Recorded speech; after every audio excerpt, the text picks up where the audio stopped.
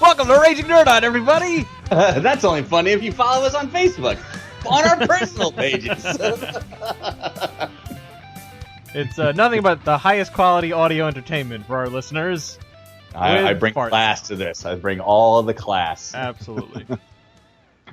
So, how's it going, buddy? It's all right. So I wanted to tell you right off. We have an argument tonight. Yes, finally, we do. huh? But before we get to that, I wanted to tell you that I decided to treat myself. I told you last week. I didn't tell the listeners yet, but I started writing for a new website, comiccon.com. Be sure to check it out. It's Congratulations, by the way. Having I a lot don't of know if I said that on the show. Yeah, it's not on the show because we did it after the fact, but it's fun. I'm realizing I'm stretching different muscles here. Like everything I write for Horror Talk, I have to like explain the premise and stuff like that because it's all unique stuff, except for maybe Buffy. But sure, like I caught myself talking about who Superman was in a review, and I was like, wait a minute. I don't have to do this. People know who Superman is. Do this. I'm not reviewing Baltimore. Yeah.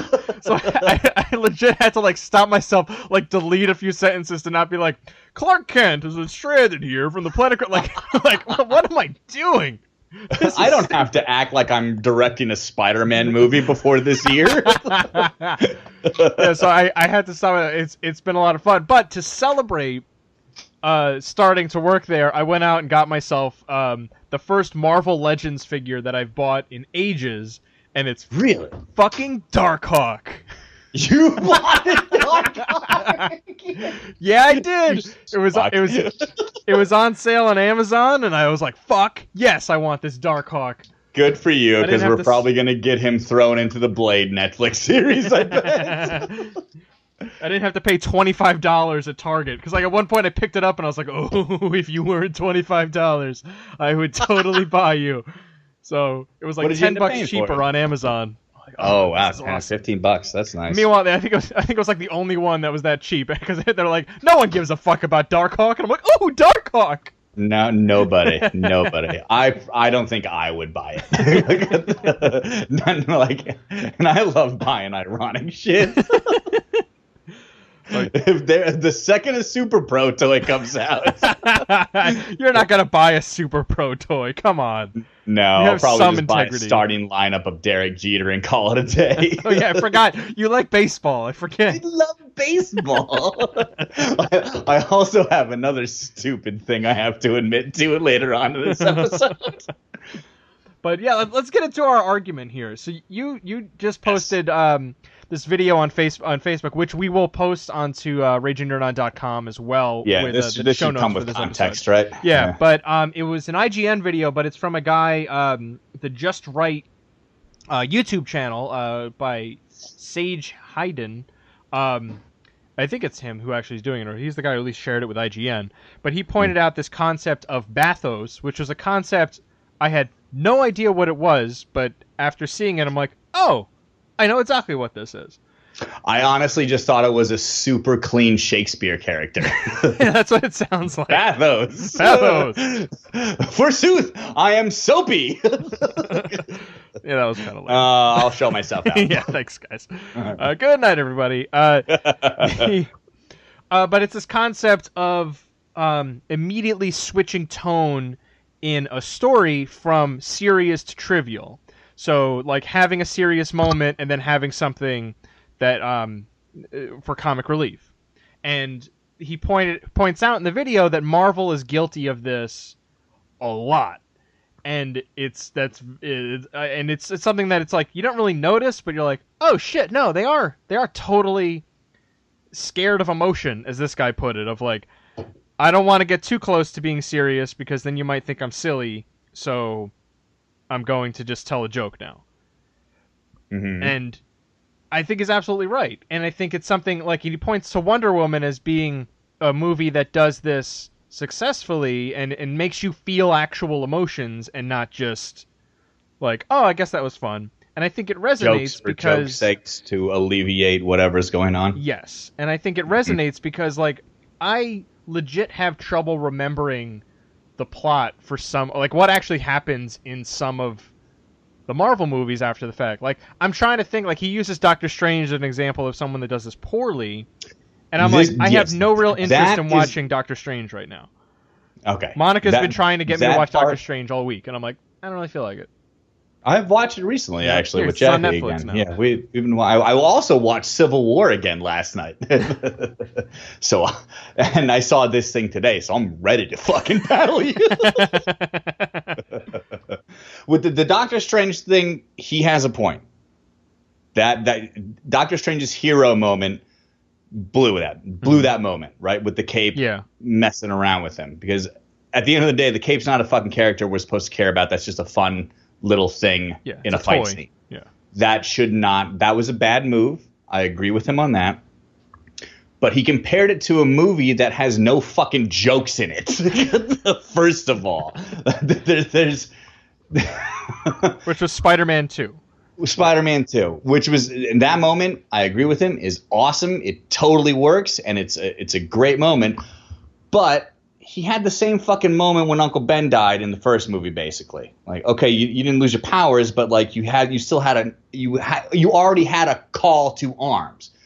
So don't compare a moment that's already been done to another moment when it's not even as fucking surprise anymore. It's just expected, especially in a movie. There's no humor where there should be humor.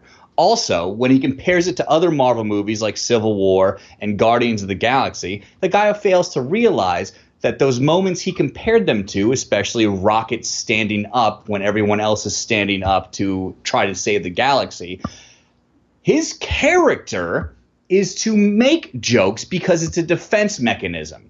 Tony Stark's character is to make jokes as a defense mechanism.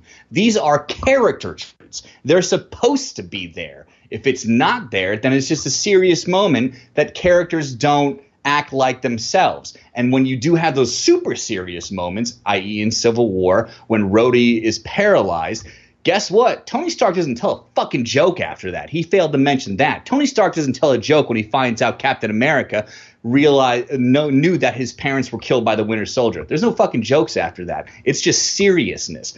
These are character traits that are played on because they're supposed to act like that until shit gets really serious and they're tired of joking and they just want to throw their fucking fists around. Well, hold on. So I would argue that in the case of Guardians, the guy did point out that this is that's Guardians also, is supposed to be a parody, which is where these things work. That's the comedy universe of the Marvel universe, basically. And that shit is played for comedy all throughout. And I think it works incredibly well. Absolutely. There. In the case of Civil War, I think it does take some of the emotional punch out of like the scene with Rhodey, because 5 minutes ago they were joking about hurting Vision's feelings and stuff like that. It's like, yeah, but 5 minutes ago they were just friends trying to punch each other into accepting that they can figure this out and still be friends. When Rhodey is paralyzed, there's no more figuring it out. Shit gets real. So the jokes end.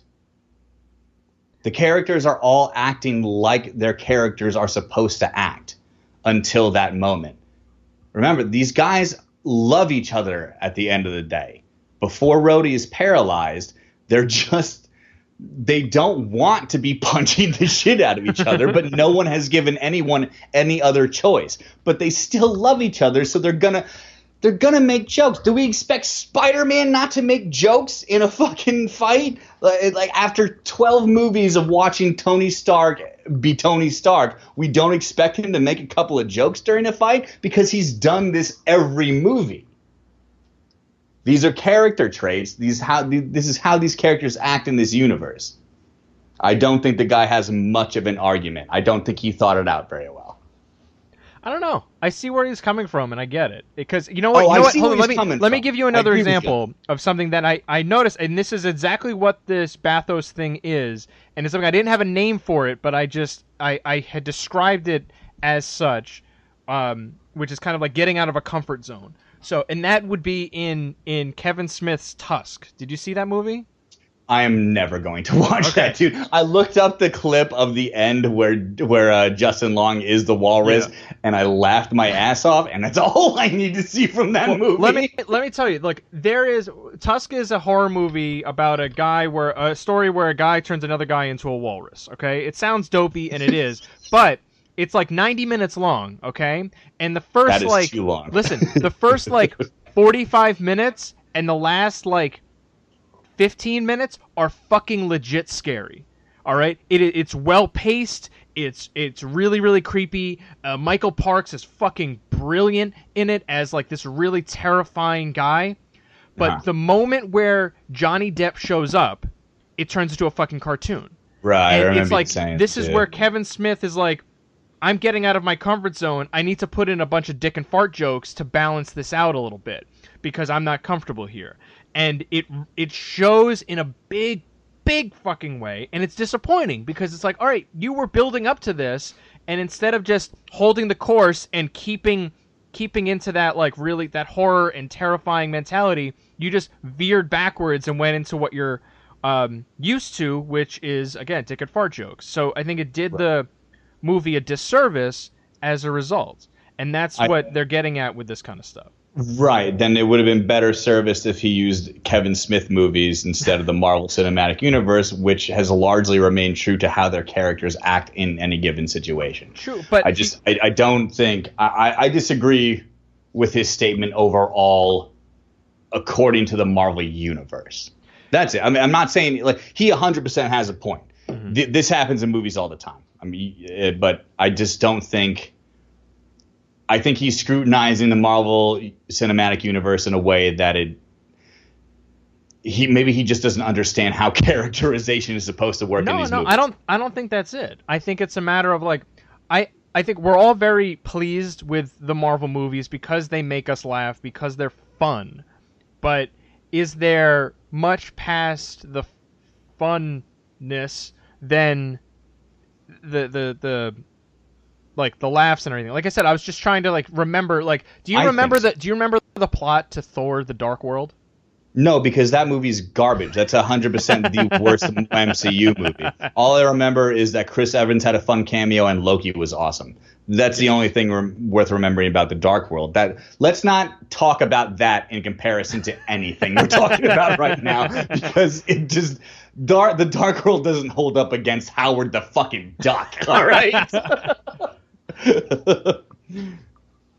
Well, I think there is something to be said about it, in that they make movies that make us laugh and make us feel good, but is there like, and I think maybe DC has veered too far to the other side to make it so it's like, oh, there's no humor in this, and I think there is a healthy balance that Marvel tends to find. A healthy balance. You're exactly right. It's a healthy balance.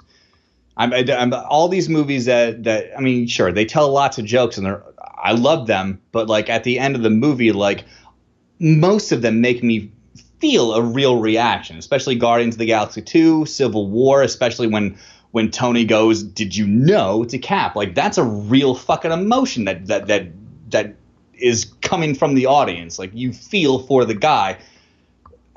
I think they get it right most of the time, and I don't. I think he unfairly judges them for making jokes, which all these characters have been making jokes since the universe started. I don't understand I really don't understand what his argument is, because it's nothing new from this universe.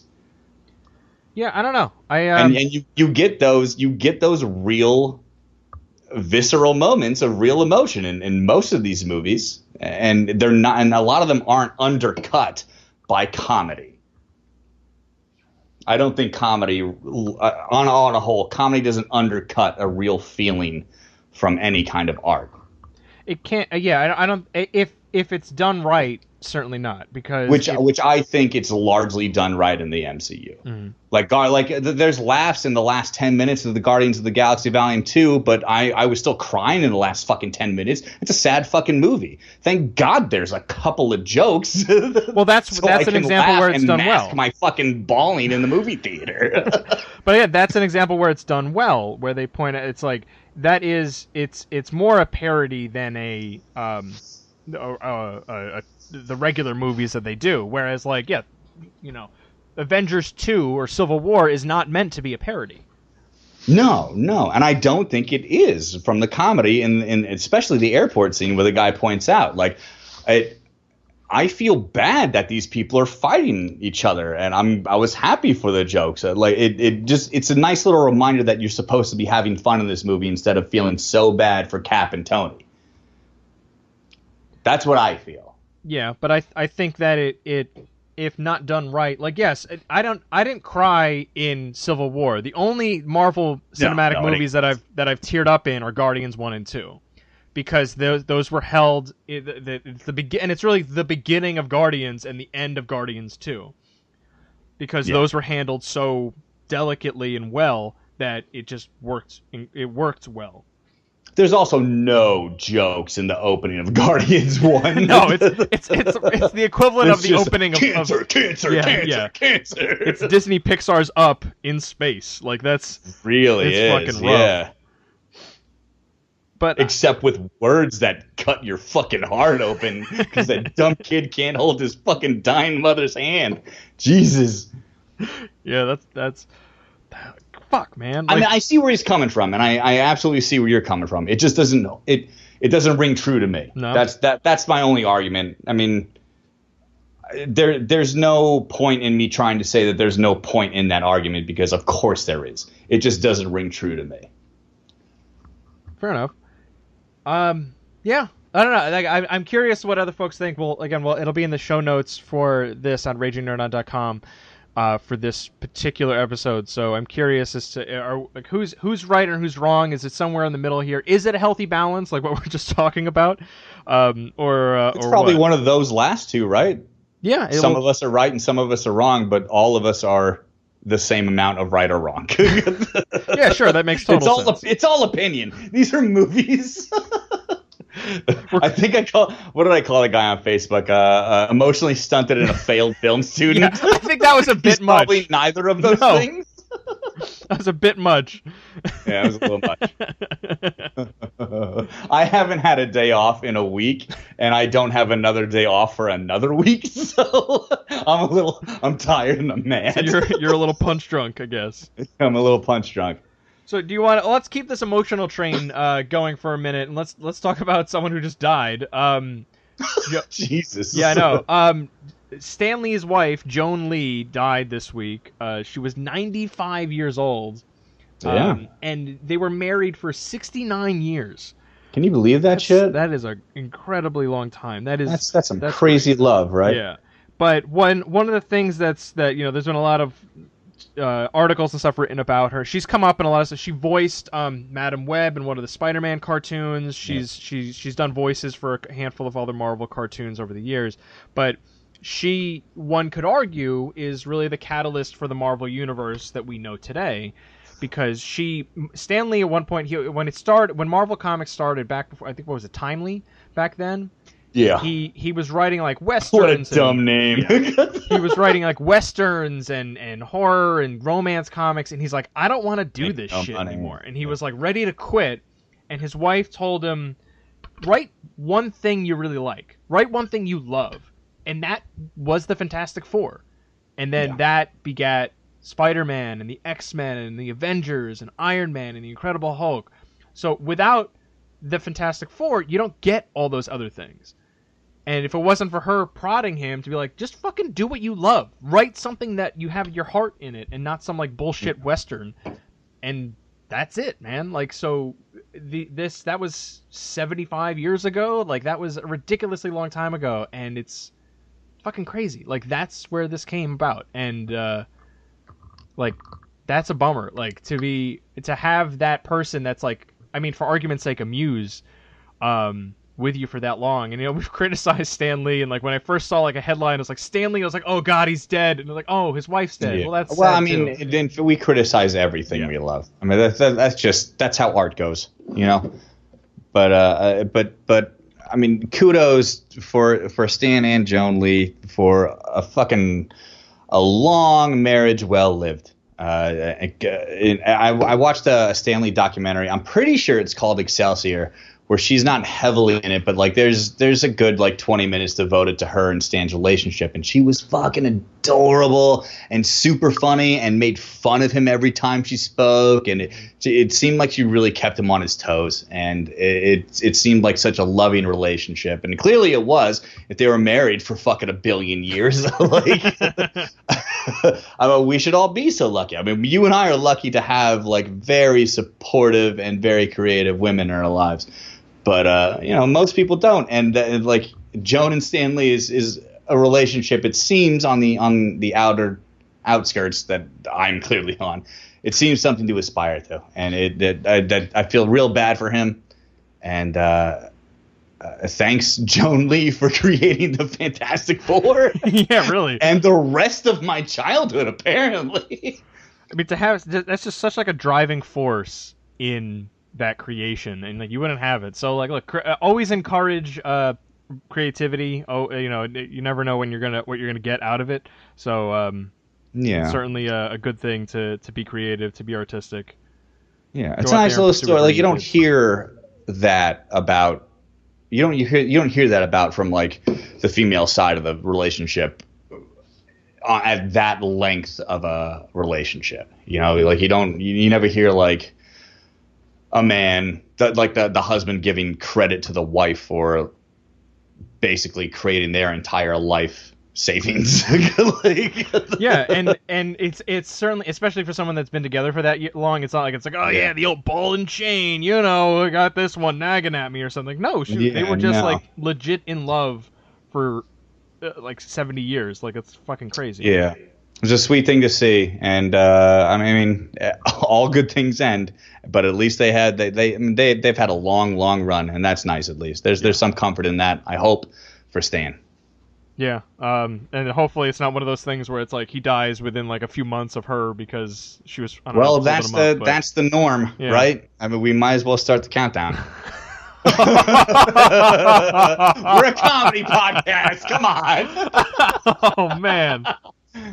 Yeah, so welcome to Stan Lee Death Watch 2017. They had a good run. They've all had a good run. I mean, it's not like they were 20 and died of a heroin overdose. Yeah, well, speaking of like dying young, did you see that fucking, I don't know his fucking name, but the guy from True Blood who played Lafayette just died? I have done nothing but read on my feed for 2 days his actual name, and I still don't fucking remember it. But that sucks too. I never watched the show. I don't know who that guy was, but 39 is garbage. Yeah. And the guy died from like heart complications. Yeah.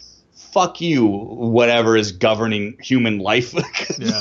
But he was brilliant in True Blood. Like, you want to talk about like, I heard he was a fan favorite. He was. Like, you want to talk like bringing comic relief into a story, like that guy had it in the fucking spades and could deliver like a powerful line, but then like also like give you like this fucking sass to it. I mean, he played like a gay cook in Louisiana or wherever the fuck True Blood was set, and it was like, I don't know. It was just this like fun, like you always knew like, oh shit, he's on the screen, like this is gonna be a really good time. I'm glad that he's here. And like so much so that, spoiler alert, at the end of the first season, it looks like he gets killed, and he doesn't.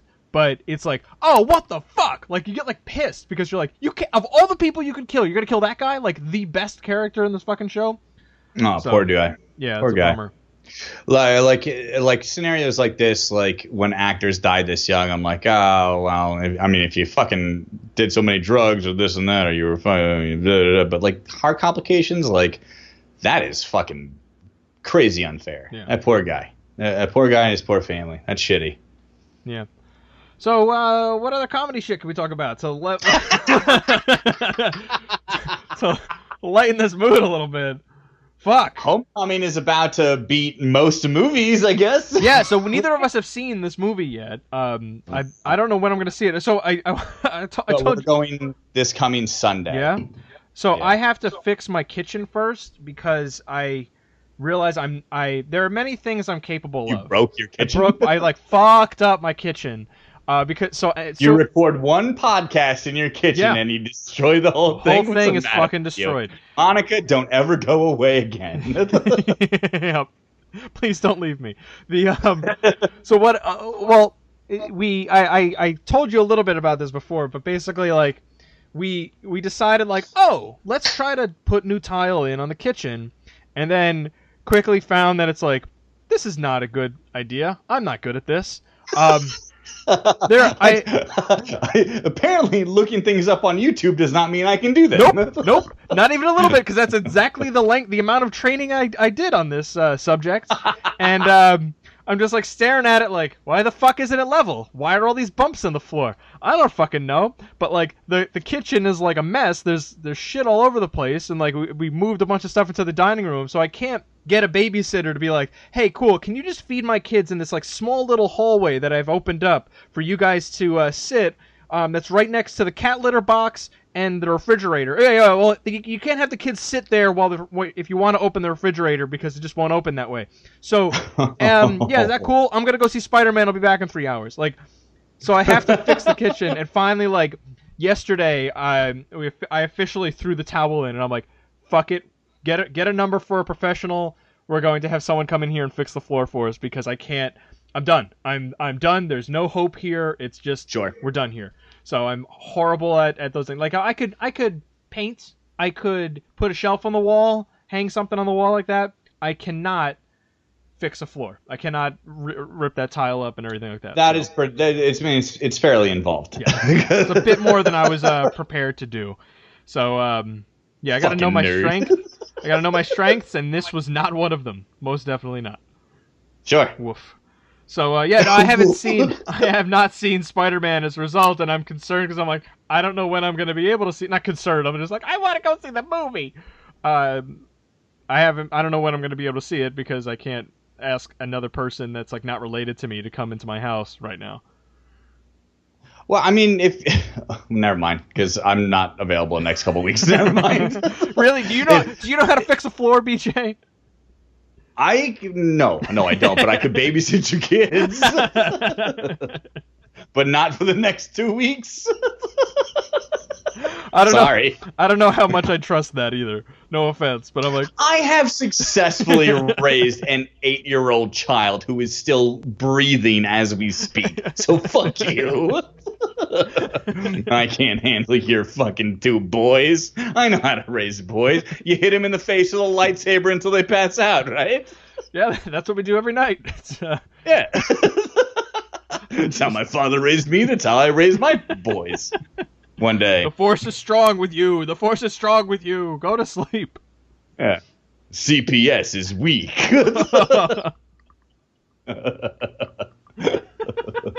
Never mind. I'm not babysitting your fucking kids. No. Fuck you. Yeah. Come on. Don't worry. I wasn't going to insult me on the internet. I'll show you. Yeah. Oh, what else? Oh, you know what? Hope your floor is lava forever. What are you guys doing up there? BJ said the floor was lava. We couldn't come down. We've been up here for 6 hours, and he fell asleep on the couch. He drank all the beer. You guys don't keep beer in the house, but he managed to drink all the beer. I don't know where it came from. We don't have any grapes anymore.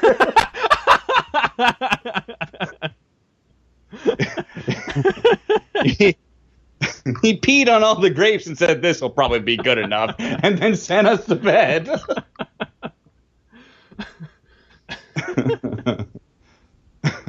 Anyway.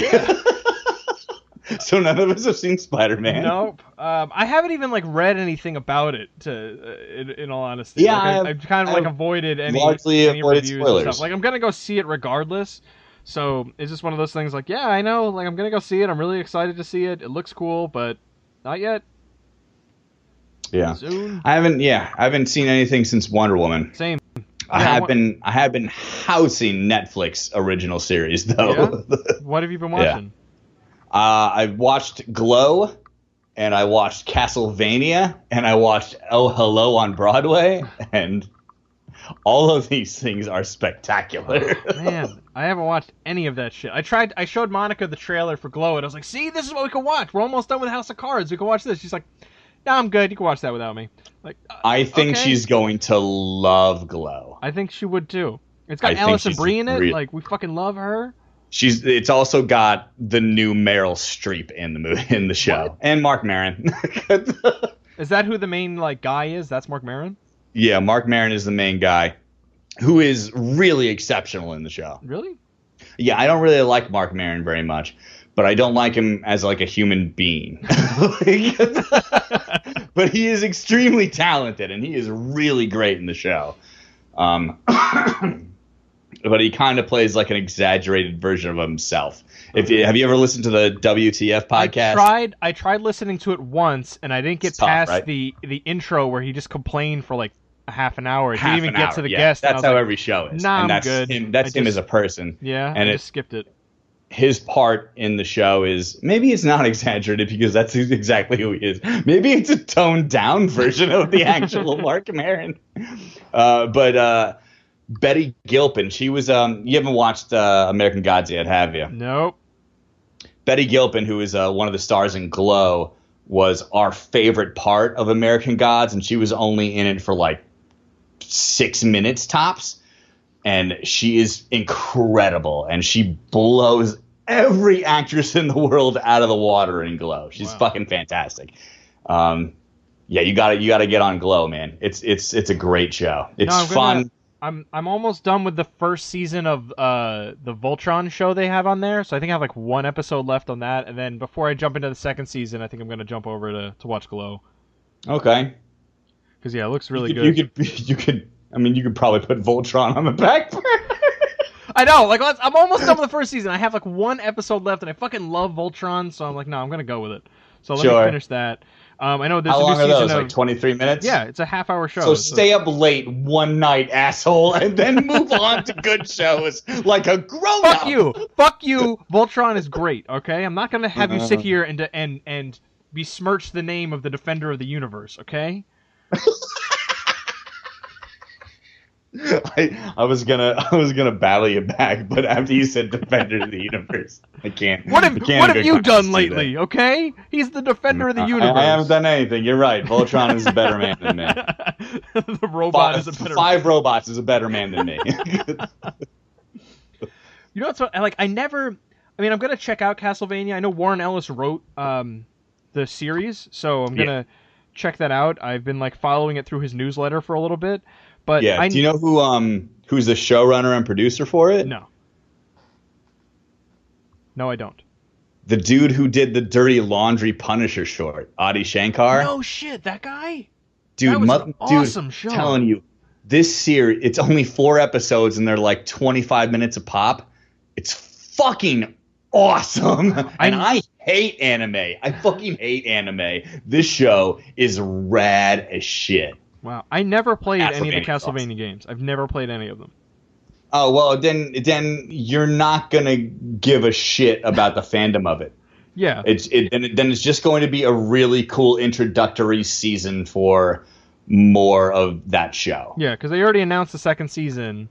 That's going to be another 8 episodes. Right. They're like the day that debuted. Yeah, but I think they were already doing it because, like I said, I've been reading Warren Ellis's newsletter, and he already said, yeah, I'm working on the second season for Castlevania. Like, he said that I didn't know weeks ago. Okay. So it's like, all right, like, that wasn't a surprise. Like, I kind of knew more were coming. Oh, I didn't know. I don't follow Warren Ellis. Yeah. It's funny, like, I've kind of fallen... Probably should. Well, yes and no, because I feel like he's a creator like Grant Morrison, that, like, he had some, like, really cool stuff, and then now I'm just like, I don't really understand what you're doing. Like, I don't understand this. Like, you're kind of being really weird, and I don't fully get what you're trying to accomplish with this particular story. I understand where you're coming from, but his weirdness appeals to me, I guess. Just like Grant Morrison, like, I don't give a fuck about you as a person because I think you're fucking weird and crazy, but I like the art you put out. Yeah. I like your creativity. I like your writing. I don't know why. It's nonsense and it's weird and it's fucking crazy. Yeah. But... Well, that's the problem I have. Like, it's like I tried reading. What did I try reading? Like, some of Warren Ellis's recent stuff, like Injection. I'm just like, I don't really get this. Like, I didn't check it out. It's kind of weird. I don't fully understand it. Like, I think I like this. Like, it's one of those things where it's like I don't fully know. I thought it was good. I mean, it looked cool, and it's full of that like signature Ellis snarky dialogue that he's really good at. But I'm like, it's just, this one didn't hit and resonate. And then like I remember loving Transmetropolitan, Planetary. Oh, they're so good. But I'm just like same thing with some of the recent stuff with Grant Morrison. I'm just like, I don't understand what you're trying to do here. Like some of the stuff in Batman were just like a little too weird. Well, in the case of Grant Morrison, like mushrooms have clearly gotten in the way. Yeah, there's a lot of peyote and junk in that mind of his. Grant Morrison is probably legitimately crazy at this point. There's too many drugs. I don't care if they're natural, guys. If you do too many drugs, then you've just done too many drugs. There's possible. There is a threshold in there. There's a definite possibility that you met it and surpassed it. Eventually, you start to think the things you see on drugs are real, and that makes you crazy. Yeah. So maybe tone it down a notch, Grant. You know, give it a breather. Or don't, and just write some awesome, crazy Batman shit. Yeah, I'm kind of, I don't know. I'll check it out. I want to finish this. I think we have like 2 episodes left of this season of House of Cards. Which is like one of these things I'm like, that's a show I can never predict. I never know where it's going to go or what the hell it's going to do, but it's just like, and every time I think I know, it's like, nope, we're going over here.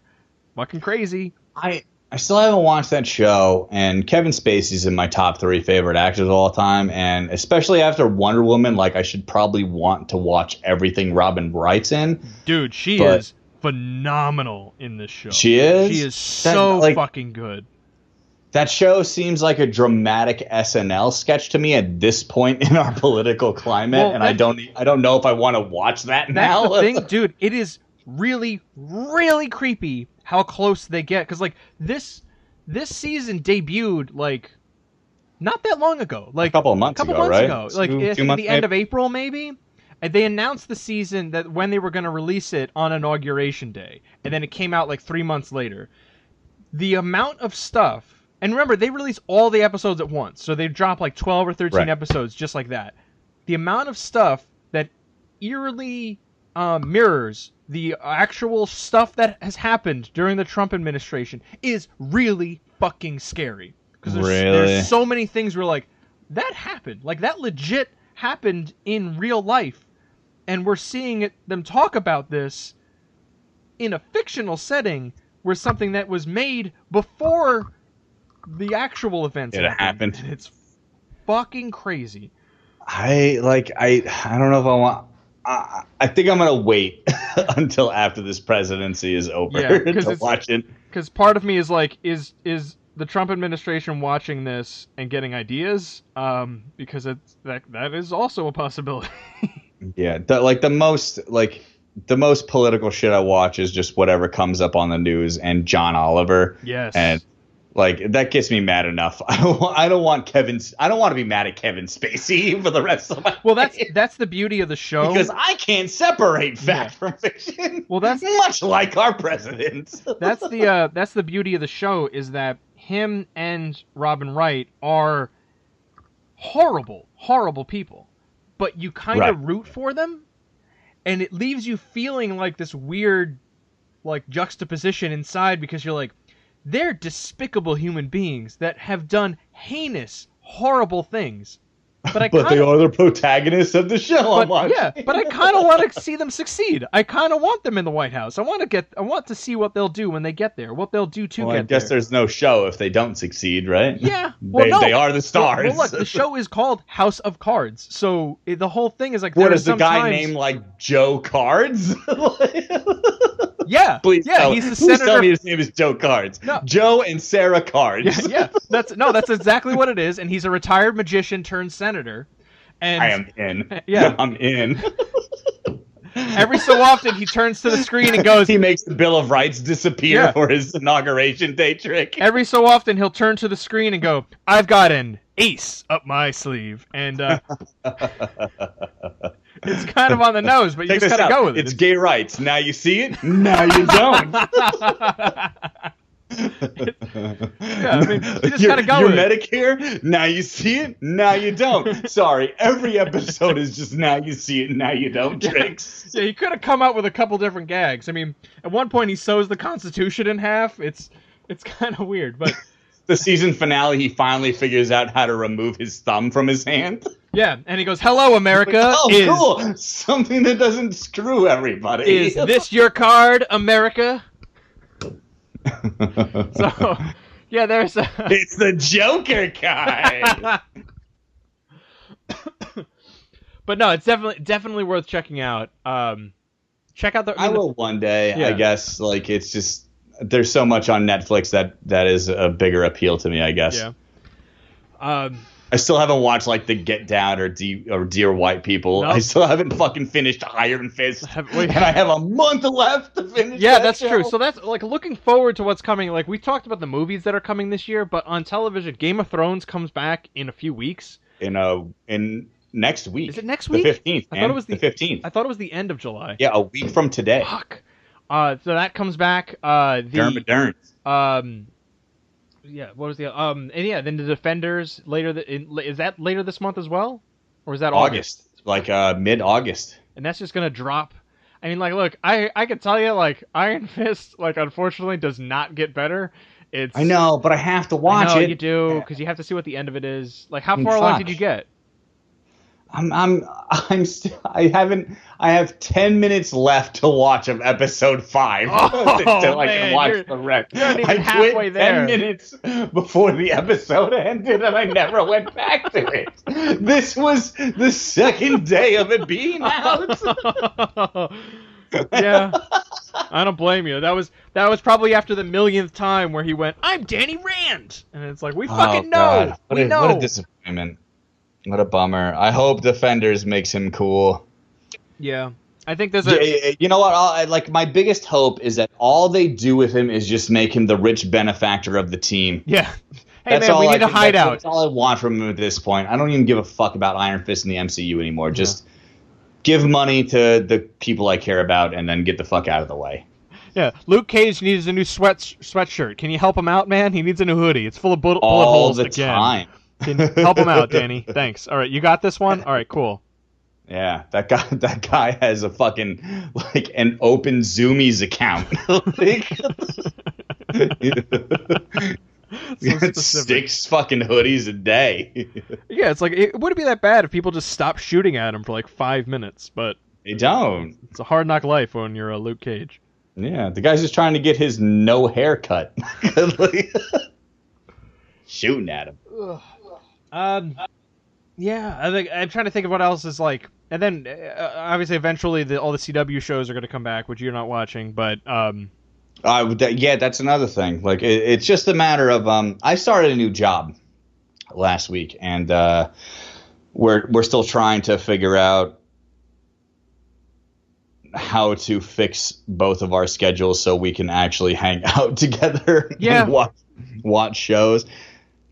That's tough because that's something. I mean, honestly, the CW stuff is probably because Jackie has a terse interest in it, at least Supergirl and the Flash. But I mean, those are the things that are probably going to get pushed to the side, behind the Netflix stuff we're actually looking really forward to. Well, and plus you don't have to wait a week. Well, no, now Supergirl and them the first 2 seasons of Supergirl are on Netflix at least, but whereas they come out a month after the season ends. They come out 8 days after the season ends. Oh, 8 days? Yeah. That's way better. Yeah. So that was like a new deal that the CW struck with Netflix where they're like, yeah, here you go. Like, we just want people to watch our shit. Can you do that? Thanks. And they just threw it out there. But Futurama has to go away? Fuck you, Fox. They're getting rid of Futurama?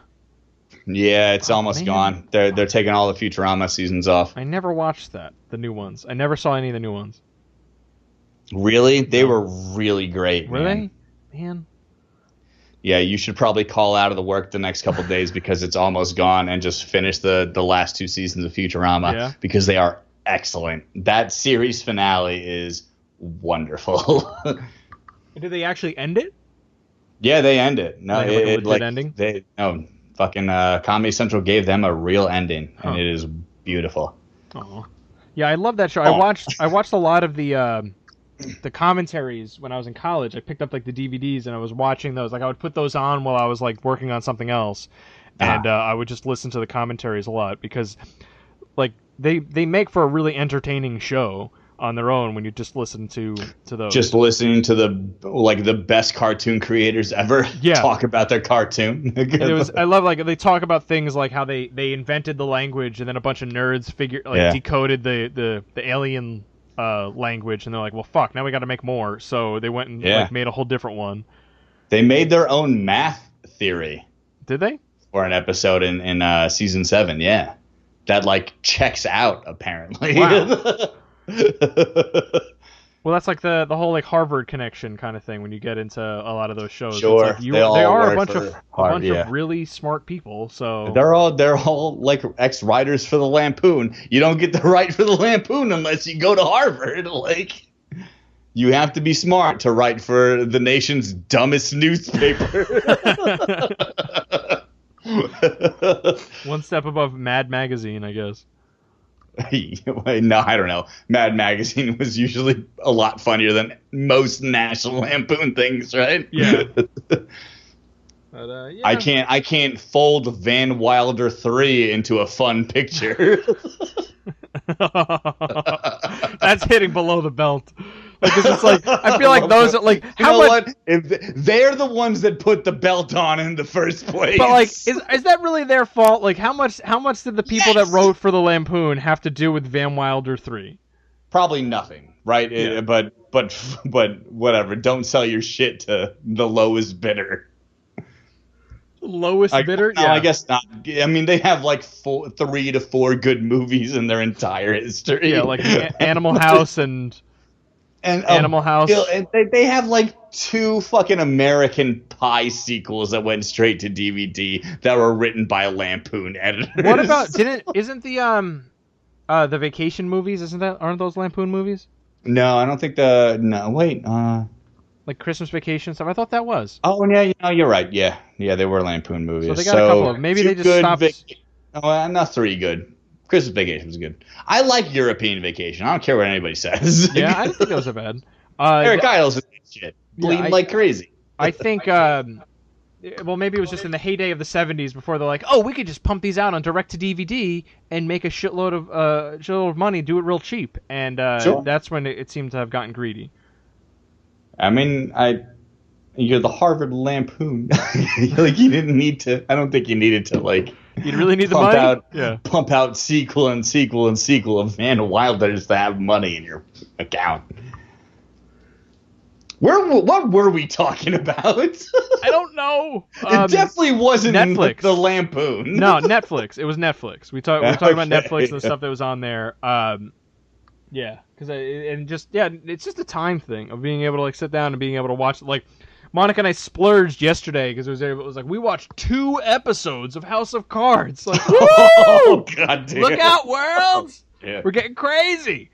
But yeah, that's like I said, just time. That's the biggest thing. Just finding that time, and if that's what you're trying to do now from a schedule, it's fucking hard. The shows that I'm pretty confident that Jackie won't enjoy, I get to watch pretty quickly because I don't sleep well at night. And she works until very late at night, so I'll just stay up all night watching Castlevania or fucking other shit. Mm-hmm. So I'm better at keeping up on shit like that, I guess. But you and Monica seem to watch. I mean, so do me and Jackie. We watch the same shit, but I'm not wasting my time on Voltron, at least. Fuck you. You're missing out. Watch better. Watch Castlevania. I will eventually. All right, it's on the list. You're crazy. Well, that's when it comes to a new show, I have to build a case like I'm a fucking lawyer to be like, this is why I think you would like this program. Here's the trailer. This is it, and I have to present it to her in that situation, and it's tough because she's just like, nah, I'm good. And then it's well, all right, so now I have to find the time to watch this.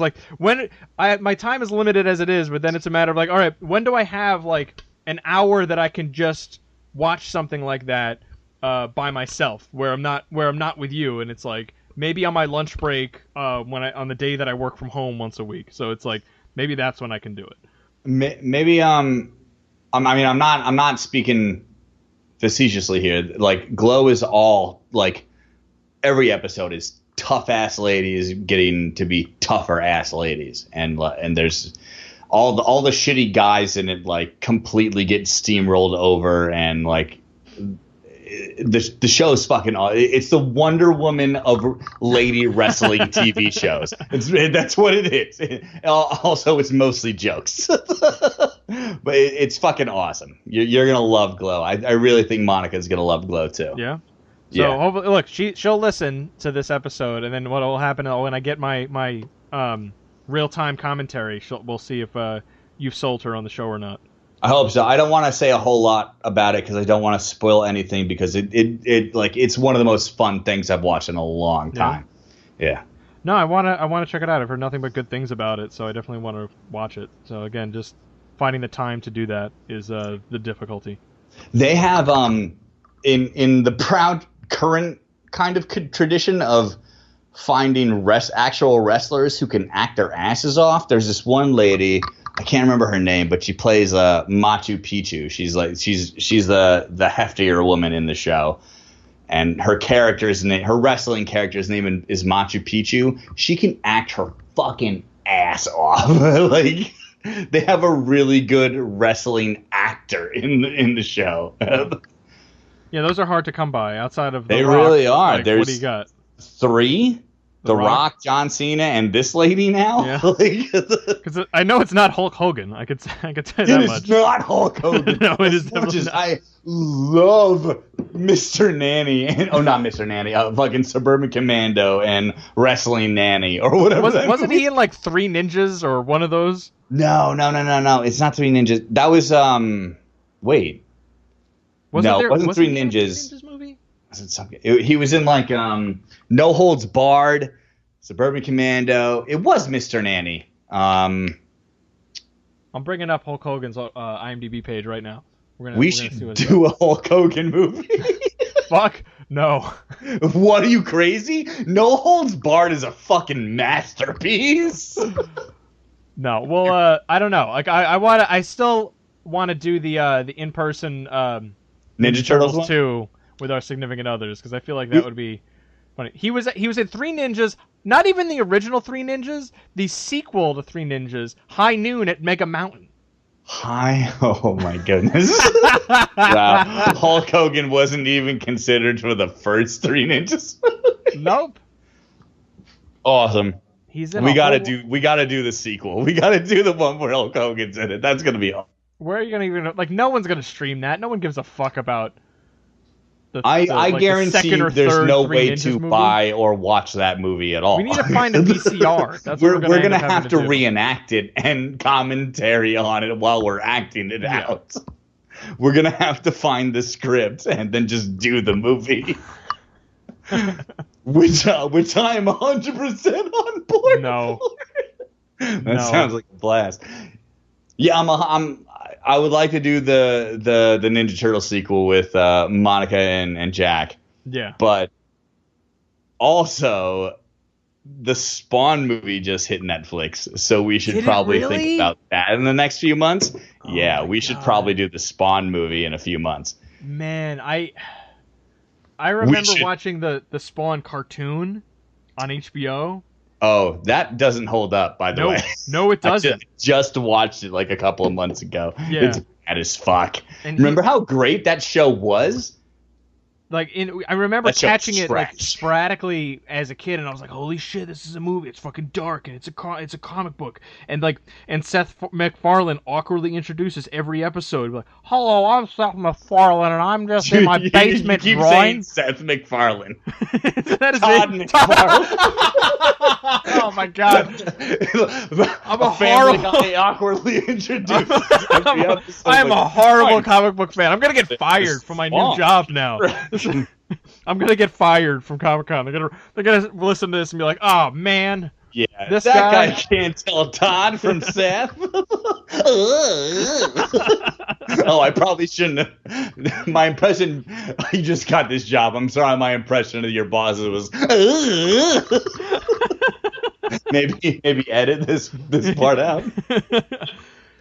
No, anyway, Todd McFarlane awkwardly introducing every episode, a bit like in a basement somewhere, going like, "I just drew this, and this is it's a really dark episode." Watching him talk, right? Like he's a gross guy for some reason. Like, you've never been like accused or convicted of any crime. Like, in the back of my head, I'm like, I don't want you around my kid's school. I know it. I know. Like, I just got that feeling. Todd McFarlane. I love your webbing, but I don't want your webbing around my kid. Your webbing. He draws good webbing. Yeah, you can't. He was revolutionary in the Spidey webbing game. He certainly but I don't want him revolutionizing my kid's playground. I don't want that.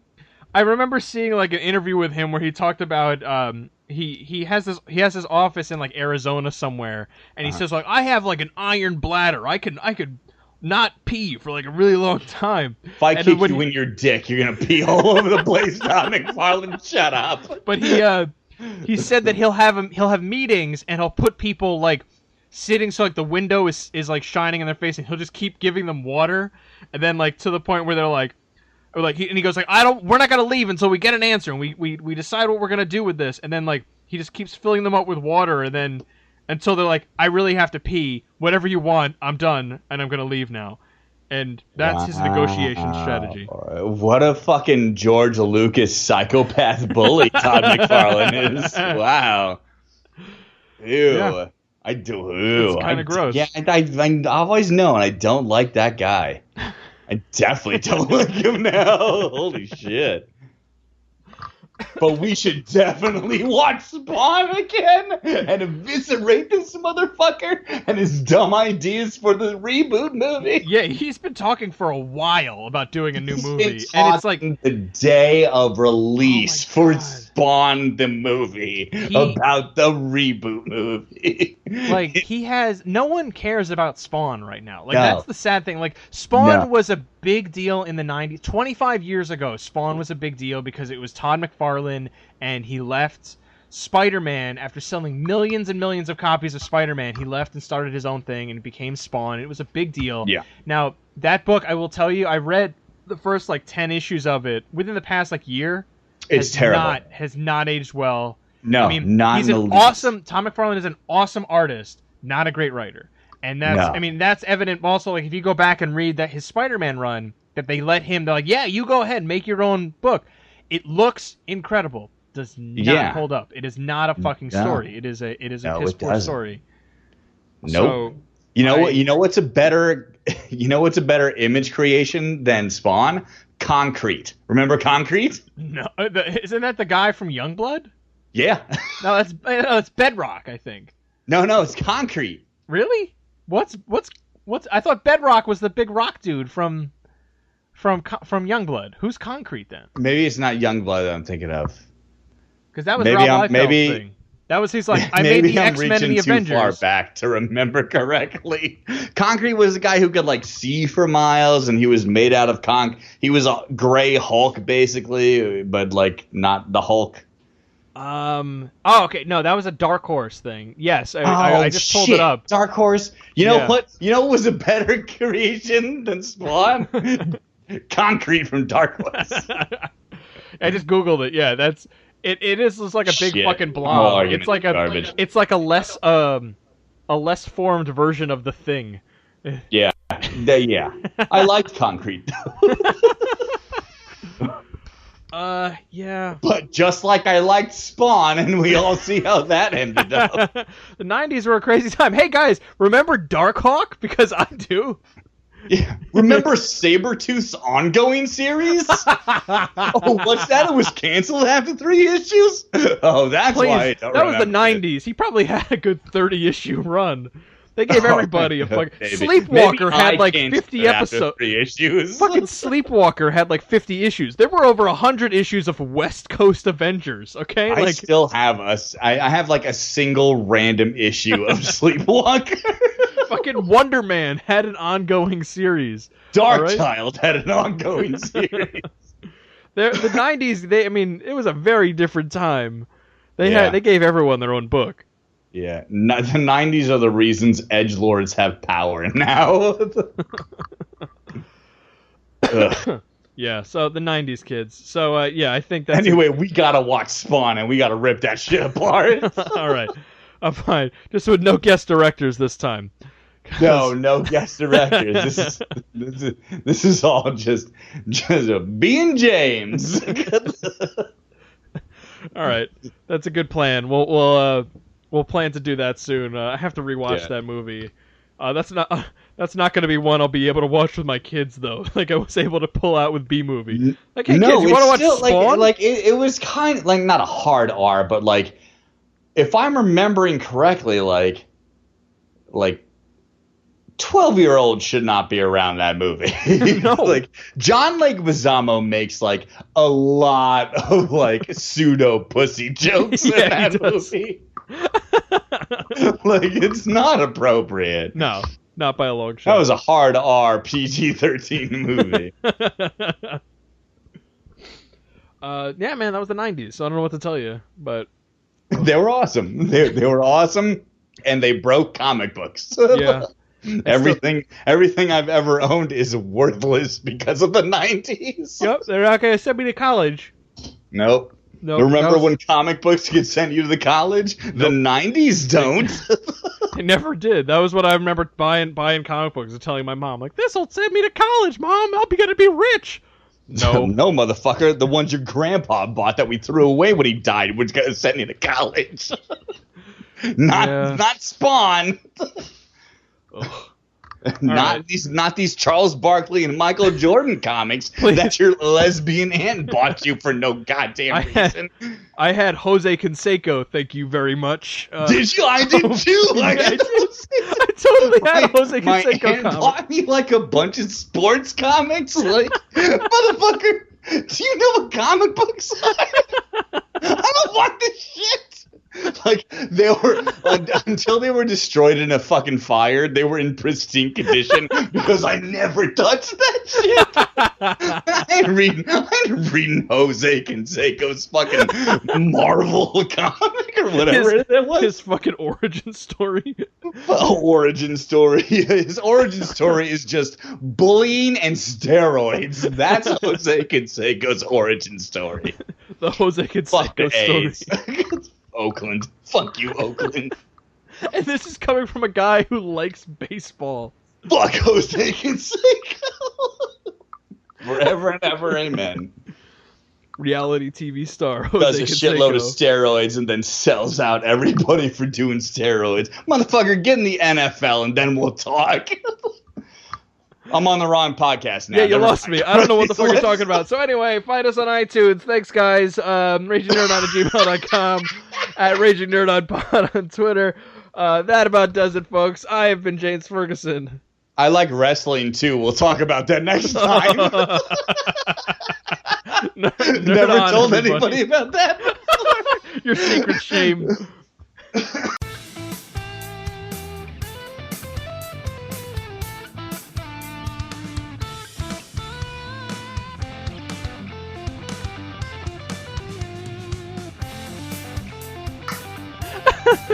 No, like, wrestling is something that there's like this weird overlap between comic book fans and wrestling fans, and I'm oddly curious about it.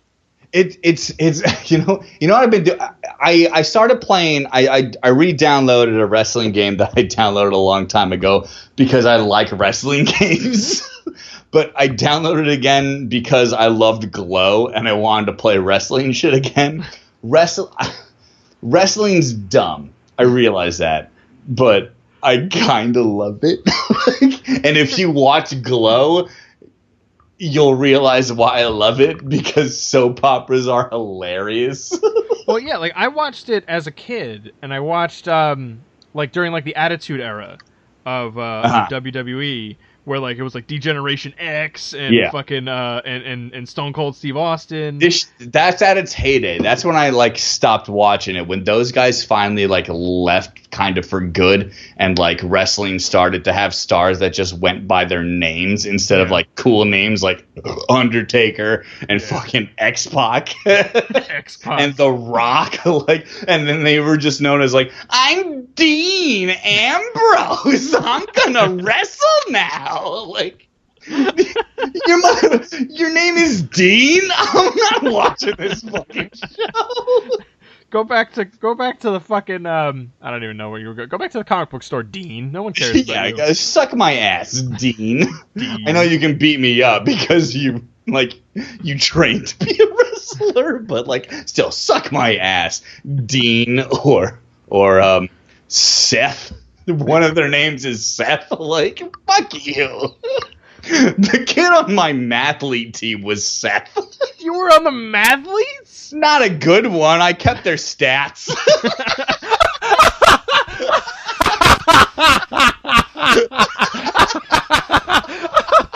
That is the greatest joke anyone will ever tell. You were the fucking water boy for the mathletes? I'm the water boy of mathletes, son. Wow.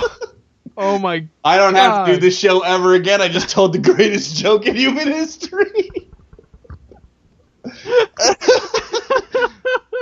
I'm satisfied. BJ Booth. Wow. Yeah, it's not gonna get better than that.